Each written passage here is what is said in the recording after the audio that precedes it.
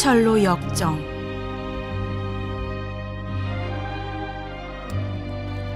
허영의 시장.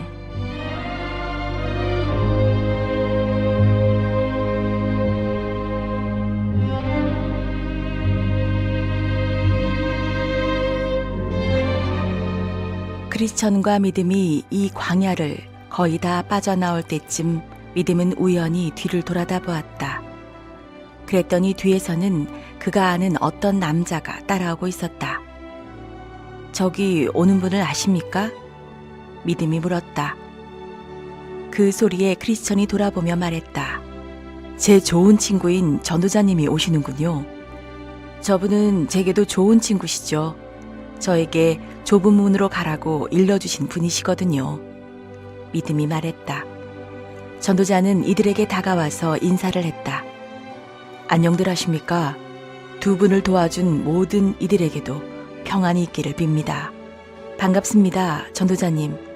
전도자님의 얼굴을 뵈니 저의 영원한 행복을 위해 베풀어주신 친절과 지치지 않는 노고가 다시 떠오르는군요. 크리스천이 반갑게 인사했다. 진심으로 환영합니다, 전도자님. 저희처럼 불쌍한 순례자들에게 이 얼마나 반가운 일입니까? 믿음이 말했다. 그동안 잘 지내셨습니까? 일전에 헤어진 일에 처음 뵙는 거죠? 그동안 무슨 일을 겪었으며 또 어떻게 헤쳐나가셨습니까? 전도자의 질문에 크리스천과 믿음은 이 길을 오는 동안 겪은 힘들고 어려웠던 경험을 자세히 이야기했다. 두 분이 시련을 겪으면서도 승리자가 되어 정말 기쁩니다. 게다가 두 분은 많은 약점을 지니고 있음에도 오늘날까지 이 길을 계속 걸을 수 있으셨죠. 저를 위해서나 여러분을 위해서나 정말 기쁘군요. 제가 씨를 뿌렸다면 두 분께서는 그 열매를 거두어 드렸습니다. 그리고 씨를 뿌린 사람이나 거두어 드린 사람이나 모두 함께 기뻐할 그런 시간이 오고 있습니다. 그리고 우리가 그날이 올 때까지 버틴다면 피곤하지 아니하면 때가 이름에 거두리라는 말씀처럼 될 것입니다. 면류관은 여러분 앞에 있으며 이는 썩지 않는답니다. 그러니 이 면류관을 얻을 때까지 계속 노력하십시오. 어떤 사람들은 이 면류관을 얻으려고 먼 길을 떠났지만 다른 사람에게 이를 빼앗기기도 합니다. 면류관을 굳게 잡아 아무나 당신의 면류관을 빼앗지 못하게 하십시오. 아직은 악마의 총뿌리에서 벗어나지 못했습니다. 죄와 싸우되 아직 피 흘리기까지는 대항치 아니하였습니다. 늘 눈앞에 천국을 두고 눈에 보이지 않는 것을 굳건히 믿으십시오. 지금 몸담고 있는 이 세상의 일들에는 전혀 신경 쓰지 마십시오. 그리고 무엇보다도 자신의 마음속을 잘 돌아보고 그 안에 욕정이 숨쉬지 않도록 가꾸세요. 왜냐하면 욕정은 그 어떤 것보다 우리를 속이려 들고 잔혹할 정도로 사악하기 때문이죠. 얼굴을 부싯돌처럼 굳게 하십시오. 천국과 이 땅의 권세를 모두 여러분이 갖고 있습니다. 그러자 크리스천은 전도자의 격려에 감사의 인사를 전했다. 그러고는 앞으로 남은 길에서 겪게 될 일들에 대해 도움의 말을 해달라고 부탁했다. 두 사람은 그를 예언자라고 믿었기 때문에 그가 앞으로 두 사람에게 닥칠 일을 알려줄 수 있을 거라고 생각했다. 그래서 고난을 어떻게 이겨내야 하는지 말해달라고 부탁했다. 믿음도 그렇게 부탁했다. 그러자 전도자는 다음과 같이 말했다. 나의 아들과 같은 이들이여, 그대들은 복음의 진실이라는 말에 대해서 들어보았을 것입니다. 하늘의 왕국에 들어가려면 큰 환난을 겪어야 하며 어떤 도시에 가든 여러분 곁에는 결박과 고난이 있을 것입니다.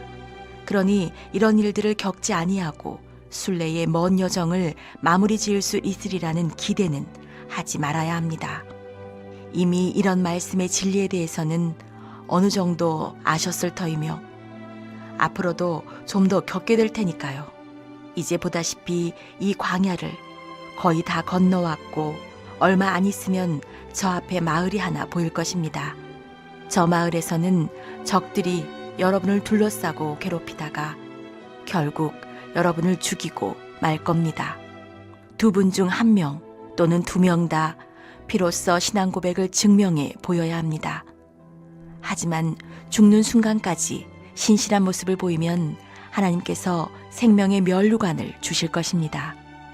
그 도시에서 잔인할 정도로 고통스러워하다가 목숨을 잃게 되겠지만 그 사람은 남은 사람보다 훨씬 행복할 것입니다. 먼저 천국에 도착할 뿐만 아니라 남아있는 자가 앞으로 겪게 될 고난에서 벗어나게 되기 때문이죠. 하지만 저 마을에 가면 지금 제가 말씀드린 일들이 벌어질 텐데 부디 내 말을 기억하시고 남자답게 처신하면서 여러분의 영혼을 하나님께서 지켜주신다고 믿으십시오. 내가 꿈에서 보니 두 사람이 광야를 빠져나갈 즈음 저 앞에 마을이 보이기 시작했다. 그 마을의 이름은 허영이었는데 그곳에서는 1년 내내 허영의 시장이 열리고 있었다. 허영의 시장이라 불리는 이유는 이 마을의 지형도 이곳에서 파는 물건도 모두 허황됐기 때문이다. 이곳으로 모여드는 사람들까지도 다 허영 덩어리였다. 다가올 일은 다 헛되도다 라고 말한 현자의 말대로였다. 이 시장은 최근에 세워진 것이 아니라 오래전부터 계속 열리던 시장이었다. 이 시장의 유래는 이러하다. 약 5,000년 전 정직한 이 순례자처럼 하늘의 성을 향해 떠나는 순례자들이 있었다. 그런데 바알세불, 아볼루온, 군대와 그들의 무리는 순례자들이 반드시 허영의 마을을 거쳐야만 순례길을 계속할 수 있다는 사실을 알고서 이곳에 1년 내내 오직 허영과 관련된 물건만 파는 시장을 세웠다. 이 시장에서는 주택, 토지, 직업, 신분, 명예, 높은 자리, 직급, 나라, 왕국, 욕정의 매매가 이루어졌다. 또한 창녀, 아내, 남편, 아이, 주민, 종, 생명, 피, 몸, 영혼, 은, 금, 진주, 귀금속 등 모든 종류의 쾌락을 팔고 있었기에 없는 것이 없었다. 뿐만 아니라 속임수, 협잡, 놀이, 대결, 광대, 얼간이, 악한, 건달 등 나쁜 것들은 모두 모여 있었다. 이 시장에서는 도적질, 살인, 간통, 위증은 물론 피를 부르는 일이라면 모두 벌어졌다. 잠깐씩 열리는 다른 시장들과 비슷하게 이 시장에서도 쭉 늘어선 거리마다 적당한 이름을 붙이고 이런저런 물건들을 팔았다. 예를 들어 어느 장소에서 열리는 무슨 시장의 무슨 거리인지 알기만 하면 무슨 물건을 파는지 금방 알 수 있었다. 영국의 거리, 프랑스의 거리, 이탈리아의 거리, 스페인의 거리, 독일의 거리 등에서는 여러 종류의 다양한 허영품들이 팔려나가고 있었다. 특정 시장에서 특정 상품이 날개 돋친 듯 잘 팔리는 것처럼 이 시장에서는 로마 제품이 가장 불티나게 팔려나갔는데 영국과 몇몇 나라만 이를 싫어했다. 앞서 말한 대로 하늘의 성으로 가기 위해서는 허영의 시장이 열리는 이 마을을 반드시 통과해야만 했다. 천국에 가려는 자가 이 마을을 지나가지 않는 방법이란 이 세상 밖으로 나가는 것뿐이었다. 왕 중의 왕이신 그리스도께서 자신의 나라에 가실 때도 시장이 열리고 있었다. 그리스도께 이 헛된 것들을 보여주며 사라고 한 자도 아마 이 시장의 주인 바알세불이었던 것 같다. 그는 그리스도가 이 마을을 지나실 때 자기에게 경배하면 이 시장의 주인을 시켜주겠다고 했을 것이다. 그렇다. 그리스도는 영광스러운 분위기에 바알세불이 그분을 이끌고 순식간에 천하 만국을 보이며 혹시나 존귀하신 그리스도께서 시장 물건을 사지 않을까 하고 꼬드겼지만 물건에 전혀 마음을 두지 않았던 예수님께서는 이 시장에서 단 한 푼도 쓰시지 않고 마을을 빠져나가셨다. 이렇듯 이곳은 오래된 역사를 지닌 아주 큰 시장이었다. 순례를 하려면 반드시 이 시장을 거쳐야 하기에 두 순례자도 이곳에 들어서게 되었다. 두 사람이 시장 안으로 발을 딛자마자 시장에 있던 사람들은 모두 웅성거렸다. 두 사람 때문에 마을이 들썩인 것에는 몇 가지 이유가 있었다. 우선 순례자들의 복장이 시장에서는 팔리는 옷가지들과 너무나도 달랐기 때문이다. 눈에 띄는 특이한 복장은 시장 사람들의 시선을 끌어모았다. 어떤 사람들은 이들을 보고 바보라고 했고, 또 어떤 사람들은 미쳤다고 했으며, 또 다른 사람들은 이방인이라고도 불렀다. 둘째, 두 사람의 옷차림을 의심스럽게 쳐다보던 시장 사람들에게는 이들의 말투도 낯설게 느껴졌다. 시장 사람들은 이 세상 사람들이었기 때문에 두 사람이 쓰는 가나안의 언어를 아무도 알아듣지 못했다. 시장 사람들은 순례자들이 야만인이라고 생각했다. 셋째, 시장의 상인들이 매우 놀란 이유는 두 순례자가 자신들이 파는 물건을 거들떠보지도 않았기 때문이다. 두 사람은 시장 물건에 전혀 관심을 보이지 않았고, 혹시나 사람들이 물건을 사라고 해도 손으로 귀를 막고 이렇게 외치기만 했다. 내 눈을 돌이켜 허탄한 것을 보지 말게 하소서. 그러고는 하늘에만 관심이 있는 듯 하늘만 우러러보았다. 두 사람을 지켜보던 어떤 사람이 조롱하듯 말했다. 뭘 사려고 하슈? 하지만 그들은 그 남자를 근엄하게 쳐다보고 말했다. 우리는 진리를 삽니다. 그러자 사람들은 이들을 더욱 무시하기 시작했다. 어떤 사람은 조롱하고, 또 어떤 사람은 비아냥거리고, 또 어떤 사람은 욕을 해댔다. 심지어는 때리기까지 했다. 결국 시장에서 커다란 소동이 일어나게 되었다. 이 소식은 시장 주인의 귀에까지 들어가게 되었다. 그는 재빨리 시장으로 내려와 믿을 만한 사람을 시켜 시장을 발칵 뒤집어 놓을 뻔한 자들이 누군지 잡아들이라고 명령했다. 조사를 시작한 사람들은 두 순례자를 잡아들여 어디에서 왔으며 어디로 가고 있는지, 그렇게 특이한 옷을 입고 무슨 짓을 했는지 캐물었다. 두 남자는 자신들은 이 땅에서 외국인이며 나그네라고 대답하면서 천상의 예루살렘이 있는 나라로 향하는 길이라고 말했다. 그리고 자신들에겐 이 마을과 시장 상인들을 못살게 굴 이유가 하나도 없다며 순례를 계속 떠날 수 있게 해달라고 간청했다. 어떤 사람이 뭘 사겠느냐고 묻기에 그저 진리를 사겠다고 대답한 것뿐이라고 말했다. 하지만 이들을 조사하는 사람들은 두 순례자의 말을 믿지 않고 이들이 사기꾼이거나 미친 사람이거나 아니면 허영의 시장을 교란시키기 위해서 온 작자들이라고 믿었다. 그래서 두 순례자들을 흠씬 두들겨 패 온몸을 흙투성이로 만들고 말았다. 이들은 두 사람을 감옥에 가둔 후 시장 사람들을 모두 데려와 구경거리로 만들어버렸다. 두 순례자는 한동안 모든 사람의 조롱거리이자 원한과 복수의 대상이 되었다.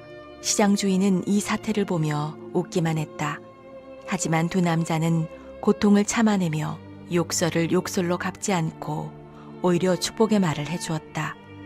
욕하는 자들에게 좋은 말을 해주고 상처를 입힌 자에게 친절하게 대했다. 이 두 사람을 눈여겨본 몇몇 시장 사람들은 다른 사람들과 달리 선입견을 버리고 시장 사람들이 이들을 끊임없이 못살게 구는 모습을 비난하기도 했다. 이런 비난에 화가 난 사람들은 그런 말을 짓거리는 자들도 감옥에 갇혀있는 두 사람만큼이나 나쁜 공모자들이라며 그들도 두 순례자들과 함께 감옥에 가두어야 한다고 했다. 그러나 다른 사람들은 이 모든 광경을 볼 수 있었기에 순례자들이 조용하고 신중한 성품이며 남들을 해코지할 사람이 아니라고 응수했다.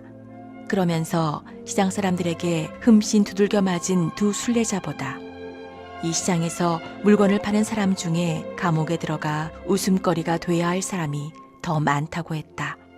시장 사람들은 양편으로 나뉘어 심한 말을 주고받고 서로 주먹다짐을 하기 시작했다. 그래도 두 순례자는 시장 사람들 앞에서 현명하고 침착한 몸가짐을 보였다. 하지만 두 순례자는 이 소동으로 인해 다시금 조사를 받으러 밖으로 끌려 나왔다. 이번엔 방금 있었던 시장에서의 폭동에 대한 책임이 두 순례자에게 있다는 죄명이었다. 시장 사람들은 두 사람을 참혹할 정도로 두들겨 패 온몸을 만신창이로 만든 후 쇠사슬로 묶어 시장 바닥에 질질 끌고 다녔다. 그 누가 됐든 두 사람을 옹호하고 찬성하는 사람들에게 본때를 보이며 협박하기 위해서였다. 그러나 크리스천과 믿음이 훨씬 더 현명하게 처신하면서 숱한 멸시와 수치스러움을 유순하게 참아내는 바람에 몇 안 되는 수이긴 하지만 시장 사람들 몇몇의 마음을 돌려 자신들의 편에 서게 만들었다. 하지만 이 모습은 또 다른 사람들의 화를 더 크게 돋우었고 결국엔 두 사람에게 사형이 선고되고 말았다. 시장 사람들은 이들을 감옥에 가두고 쇠사슬을 채워 놓는 것도 모자라 자신들을 괴롭히고 모욕한 죗값을 물어 사형에 처해야 한다고 입을 모았던 것이다. 사형이 집행될 때까지 두 사람을 다시 감옥에 가둬놓으라는 명령이 떨어졌다. 시장 사람들은 두 사람을 감옥에 넣고 발에는 착고까지 채웠다. 일이 이렇게 되자 두 순례자는 믿을 만한 친구인 전도자가 한 이야기를 되뇌며 그의 말대로 앞으로 더 많은 고통을 겪게 될 것을 짐작했다. 두 사람은 그 운명을 겪게 될 자가 오히려 더 나은 것이라며 서로를 위로했다. 두 사람은 자신이 그 운명에 처하기를 내심 바랐다. 하지만 그들은 자신들의 처지에 만족하며 이 모든 것을 주관하시는 전지전능하신 하나님께 자신들의 운명을 내맡기고 그분의 처분을 차분히 기다리기로 했다. 두 사람은 죄목에 따라 심판을 받을 예정이었다. 드디어 심판의 시간이 다가왔고 두 사람은 적들 앞에 끌려나가 신문을 받게 되었다. 판사의 이름은 선을 혐오하는 귀족이었다. 두 사람의 기소장은 형식적으로는 다소 차이가 있었지만 그 요지는 일치했다. 이들은 상거래를 어지럽힌 적들이며 이 마을에 소동을 일으키고 분열을 조장했다. 또한 이 마을의 주인이 만든 법을 멸시하면서 매우 위험한 생각을 가진 무리를 결성했다. 이에 믿음은 가장 높은 사람보다 더 높으신 하나님께 대적하는 자들에게만 반론을 제기한 것이라며 반박했다. 그리고 그 소동은 자신과 아무 관계가 없으며 자신은 그저 평화를 사랑하는 사람일 뿐이라고 자기 편을 들어준 사람들은 자신들의 진실과 결백을 보고 악에서 선으로 입장을 바꾼 것뿐이라고 말했다. 그러고는 이 마을의 주인이 하나님의 적인 바알세불이기에 자신은 그와 그의 조력자들에게 맞서겠다고 대답했다. 그러자 감옥에 갇힌 죄수의 의견에 맞서 마을의 주인을 옹호할 사람은 앞으로 나와 반박할 증거를 대라는 명령이 떨어졌다. 시기와 미신과 아첨쟁이 이렇게 세 사람이 증인으로 앞에 나왔다. 재판장은 감옥에 갇힌 사람들을 아느냐고 물었고 순례자들이 마을의 주인에 대해 뭐라고 말했는지도 물었다. 시기가 앞으로 나와 이렇게 말했다. 진행하는 재판장님, 저는 저 남자를 오래전부터 알고 있기에 이 영예로운 자리에 서서 맹세합니다. 저자는 말이죠. 재판장이 말했다. 잠깐, 증인 선서부터 하라. 그러자 시기는 선서를 하고 이렇게 말했다. 재판장님, 저자는 그 이름은 그럴듯하나 사실 이 나라에서 가장 사악한 인간입니다. 저자는 지도자뿐 아니라 마을 사람들도 업심여겼고 법과 간습도 무시했습니다. 대신 믿음과 경건이라는 부족한 사상을 다른 사람들에게 주입시키려고 애를 썼지요. 특히 저자는 그리스도의 정신과 우리 허영의 마을 관습이 정반대이기 때문에 서로 화합할 수 없다고도 했습니다. 저자는 그렇게 말함으로써 우리의 훌륭한 행위를 무시했을 뿐만 아니라 그 일을 행하는 우리까지 욕되게 했습니다. 그러자 재판장이 말했다. 더 말할 것이 남아있느냐? 존경하는 재판장님, 할 말이 더 남아있기는 하지만 재판을 지루하게 만들고 싶지는 않습니다. 하지만 만약 필요할 경우 다른 분들이 증언을 하고 난 후에도 저자를 처형하기 위해 증거가 필요하다면 그때 다시 증언대에 서겠습니다. 이 말에 재판장은 시기에게 옆에서 대기하라는 명령을 내렸다. 그 다음으로 나온 미신에게 믿음을 쳐다보라는 명령이 내려졌다.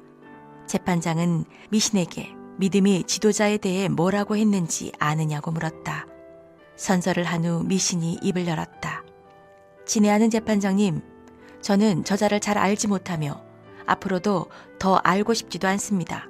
하지만 제가 알고 있는 바에 따르면 저자는 매우 해로운 친구입니다. 요 전날 우리 마을에서 이야기를 나눠본 결과 저자는 우리의 종교가 부정하며 이걸 믿는 사람은 하나님을 절대로 기쁘게 하지 못한다고 했습니다. 재판장님께서도 잘 아시겠지만 그의 발언은 우리가 믿고 있는 종교가 모두 헛된 것이며 우리가 아직도 죄를 짓고 있어서 결국 저주를 받게 될 것이라는 그러한 뜻을 담고 있다는 말씀을 드리고 싶습니다. 다음에는 아첨쟁이가 서약을 하고 자신의 주인을 옹호하기 위해 법정에선 피고에게 불리한 증언을 하기 시작했다. 재판장님, 그리고 이곳에 계신 신사숙녀 여러분, 저는 저 남자를 오래전부터 알아왔습니다. 저자는 입에 담아서는 안 될 말을 했습지요. 우리의 고결한 왕이신 바알세브를 모독했으며 왕의 명예로운 친구이신 옛사람, 경, 육신의 쾌락경, 사지경, 헛된 영광 추구경, 저의 오랜 주인님이신 호색경, 탐욕경, 이와 다른 귀족들을 무시하는 발언을 했습니다. 게다가 우리 마을 사람들이 자신의 마음과 같다면 이 귀족분들을 이 마을에서 더 이상 발붙이지 못하게 해야 한다고까지 말했습죠. 또한 지금 판결을 내려주실 재판장님을 불경한 악당이라고 모욕하기도 했습니다. 우리 마을에 사는 높으신 분들을 거의 다 욕하고 돌아다녔습니다. 아첨쟁이가 이렇게 증언하고 나자 판사는 법정에 선 죄수에게 이렇게 말했다. 이 불황자, 이단자, 반역자야. 여기 계신 신사분들이 내 놈에게 불리한 증언을 하는 소리를 들었느냐? 그러자 믿음이 되물었다. 저 자신의 변호를 위해 한 말씀 올려도 되겠습니까? 저런 당장 죽여도 시원치 않을 놈. 내 놈은 당장 처형을 당해야 마땅하거늘. 그래도 여기 계신 분들이 너에게 자비를 베풀 터이니 사악한 내 놈의 말을 한번 들어보도록 하겠다. 우선 시기님의 증언에 대해 반박을 하겠습니다. 전 하나님의 말씀을 거스르는 율법이나 관습에 대해 말했고 사람들이 그리스도의 정신을 완전히 거스르는 행동을 하고 있다는 말만 했을 뿐입니다. 만일 제 말에 틀린 점이 있다면 지적해 주시지요. 그렇다면 제가 한 말을 여러분 앞에서 취소하겠습니다. 다음으로 미시님의 말씀에 대해서 반박하겠습니다. 저는 하나님을 경외하는 일에는 신성한 믿음이 필요하다는 말밖에 하지 않았습니다. 하지만 하나님의 의중을 보여주는 거룩한 계시 없이는 신성한 믿음도 있을 수 없습니다. 따라서 하나님을 경외하라고 강요하는 것은 신의 거룩한 계시와 맞지 않습니다. 인간의 믿음만으로 영생을 얻을 수 없습니다. 그리고 아첨쟁이님의 말씀에 대해 반박하겠습니다. 제가 욕을 했다는 둥 그런 비방은 그냥 넘기겠습니다. 전 이 마을의 지도자와 그를 따르는 오합지졸들이 이 마을에 사는 것보다 차라리 지옥에 사는 편이 훨씬 더 어울릴 거라고 말씀드리고 싶습니다. 주님께서 제게 자비를 내리시기를. 그러자 재판장은 옆에서 모든 재판 과정을 지켜본 배심원들에게 이렇게 말했다. 친애하는 배심원 여러분, 그대들은 우리 마을에 큰 소요를 일으킨 저 인간을 충분히 보았을 것입니다. 그리고 저 고매한 신사분들의 증언과 피고의 답변과 자백도 들었을 것입니다. 이제 저자를 처형할지 아니면 목숨을 살려줄지는 여러분의 양심에 달렸습니다. 우선 그 전에 우리나라의 법에 대해서 설명해 주겠습니다. 우리 왕의 신하인 위대한 파라오 시대에는 이단을 믿는 자들이 급격히 늘어 강해지는 것을 막기 위해 그들의 사내 아이들을 강물에 익사시키는 법령이 제정되었습니다. 그리고 우리 왕의 또 다른 신하인 느부갓네살 대왕 시대에는 금으로 만든 그의 형상 앞에 엎드려 절하지 않는 자들은 그 누가 되었건 극렬히 타는 불무에 던져 화형시키는 법령이 제정되었습니다. 또한 다리오 시대에는 왕이 아닌 다른 신을 섬기는 자들을 모두 사자굴에 던져 넣는 법령도 제정된 바 있습니다. 이제 이 앞에 서 있는 피고는 생각뿐만 아니라 말과 행동으로도 모두 방금 설명했던 법령을 다 어기고 말았습니다. 따라서 이젠 도저히 참을 수가 없습니다. 파라오 시대의 법령은 범죄를 미연에 방지하고 불상사를 예방하기 위한 대비책이었습니다. 하지만 이자의 범법 행위는 이미 만천하에 명백하게 드러났습니다. 두 번째와 세 번째 법령을 살펴보면 이자는 우리 종교를 비방했으며 자신이 이미 시인한 대로 반역의 죄를 저질렀습니다. 따라서 사형에 처하는 것이 마땅할 것입니다. 이윽고 배심원들이 퇴장했다. 맹목, 무가치, 사악, 호색, 방탕, 무모, 건방, 원한, 거짓, 잔혹, 음침, 앙심 등의 배심원들은 모두 믿음에게 불리한 판결문을 제출했다. 그들은 만장일치로 그에게 유죄를 선고하기로 결론 지었다. 배심원장인 맹목이 말했다. 저자는 이교도임이 분명합니다. 무가치가 말했다. 저자를 이 땅에서 없애버리십시오. 사악이 덧붙였다. 저렇게 생긴 인간은 꼴도 보기 싫습니다. 호색이 말을 내뱉었다. 도저히 용서할 수 없습니다. 방탕도 연이어 말했다. 제가 아는 일에 사사건건 끼어든 작자입니다. 무모가 다그쳤다. 저자를 목매달라, 목매달라. 건방이 거들었다. 저 미천한 녀석 같으니라고. 원한이 비방했다. 저놈만 보면 속이 뒤집힙니다. 거짓이 분통을 터뜨렸다. 저런 불황자 같은 놈. 잔혹이 외쳤다. 목매달아 죽이는 것도 아깝습니다. 음침이 소리쳤다. 당장 죽여버립시다. 앙심이 끝으로 말했다. 이 세상을 다 준다 해도 저 녀석을 가만두지 못하겠습니다. 당장 저 녀석이 죗값을 치르도록 해주십시오. 그래서 법정에 서 있던 믿음은 사형 판결을 받고 원래 갇혀있던 감옥으로 끌려가 그곳에서 인간이 상상할 수 있는 가장 잔악무도한 방법으로 죽임을 당하고 말았다. 믿음이 죽자 사람들은 그를 다시 끄집어내 자신들의 법에 따라 채찍질하고 매질하고 돌로 내리찢고 칼로 몸을 푹푹 찌르고 살을 도려냈다. 그런 다음에 믿음을 꼬챙이에 꿰어 불에 태운 후 한 줌의 재로 만들어버렸다. 믿음은 이렇게 끔찍한 최후를 맞이했다. 순간 두 마리의 말이 이끄는 거대한 이륜마차가 저 뒤에서 믿음을 기다리고 있다가 달려와 믿음을 태운 후 트럼펫 연주 소리와 함께 저 구름을 뚫고 하늘의 성문에 이르는 가장 가까운 지름길로 멀리 사라져버렸다. 한편 크리스천은 형 집행이 유예되어 다시 감옥에 갇히게 되었다. 하지만 이 세상의 만물을 관장하시는 하나님께서 적들의 분노의 힘까지 다스리시어 크리스천이 그곳을 빠져나와 순례를 계속할 수 있도록 인도해 주셨다. 크리스천은 길을 가면서 이렇게 노래를 불렀다. 믿음 형제여, 당신은 하나님을 향한 신앙을 성실하게 고백하였으니 주님께서 은총을 내리시리. 하나님을 섬기지 아니하는 자들은 헛된 쾌락에 빠져 있으나 지옥의 곤궁 아래에 울부짖으리. 믿음이여 찬양하라. 그대의 이름은 영원히 남으리니 저자들에게 죽임을 당했지만 그대는 여전히 살아 있나니.